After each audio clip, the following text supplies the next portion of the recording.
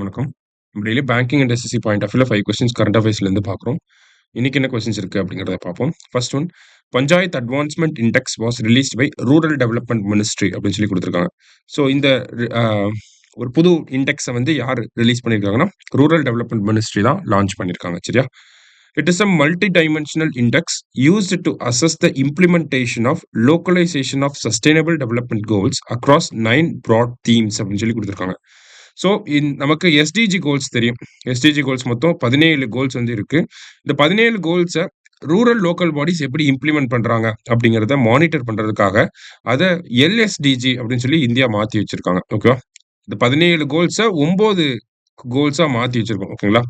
So இந்த localisation of sustainable development கோல்ஸ எப்படி implement பண்ணியிருக்காங்க அப்படிங்கிறத ஸ்டடி பண்றதுக்காக இந்த பஞ்சாயத் அட்வான்ஸ்மெண்ட் இண்டெக்ஸ் அப்படிங்கிறத panchayat rural development and panchayat Raj ministry இத கொண்டு வந்திருக்காங்க. சரியா? ஸோ 2மே கரெக்ட் ஸ்டேட்மெண்ட் தான். போத் கரெக்ட் அப்படிங்கிறது தான் கரெக்ட் ஆன்சர். அடுத்தது, which state has the highest number of panchayat ranked as front runner in panchayat advancement index அப்படின்னு சொல்லி கேட்டிருக்காங்க. ஸோ இந்த பஞ்சாயத் அட்வான்ஸ்மெண்ட் இண்டெக்ஸ்ல ஃப்ரண்ட் ரன்னரா யார் இருக்காங்க அப்படின்னு பார்த்தீங்கன்னா குஜராத் தான். ஓகேங்களா? குஜராத்துக்கு அடுத்து தெலுங்கானா. Okay, first 2 places. குஜராத்ல பார்த்தீங்கன்னா 346 கிராம் பஞ்சாயத்து வந்து ஃப்ரண்ட் ரன்னரா இருக்காங்க.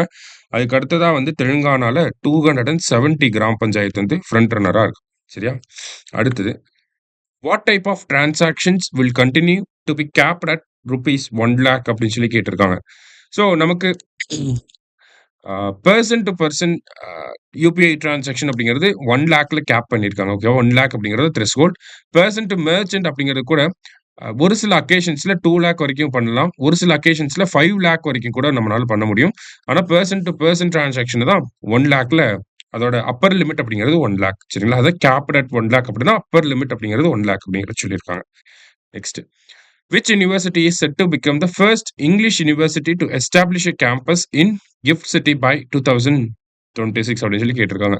ஸோ கிஃப்ட் சிட்டி அப்படின்னா குஜராத் இன்டர்நேஷனல் ஃபின்டெக் சிட்டி அப்படின்னு சொல்லுவாங்க. சரியா? குஜராத்ல இருக்கு இந்த gift city. Okay, Gujarat international fintech city.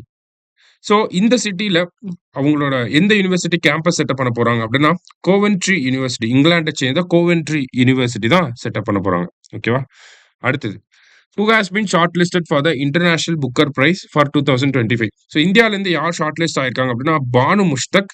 இவரோட ஹார்ட் லேம்ப் அப்படிங்கிற இந்த ஒர்க்குக்காக ஷார்ட் லிஸ்ட் ஆயிருக்காரு. ஓகேங்களா? Heart lamp. ஓகே, இந்த ஒர்க்குக்காக ஒரு ஷார்ட் லிஸ்ட் ஆயிருக்காரு.